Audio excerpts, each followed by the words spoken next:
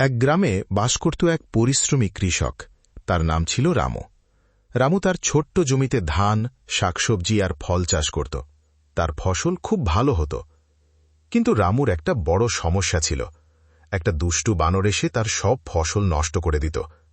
বানরটা ধান খেত, সবজি ছিঁড়ে ফেলত। রামুর খুব ক্ষতি হতো। রামু খুব চিন্তায় পড়ল। সে ভাবল, বানরটাকে কিভাবে তাড়ানো যায়। রামু ঠিক করল বুদ্ধি খাটিয়ে বানরটাকে তাড়াবে। সে বাজারে গিয়ে কিছু মধু কিনল। তারপর একটা ফাঁদ পাতার কথা ভাবল।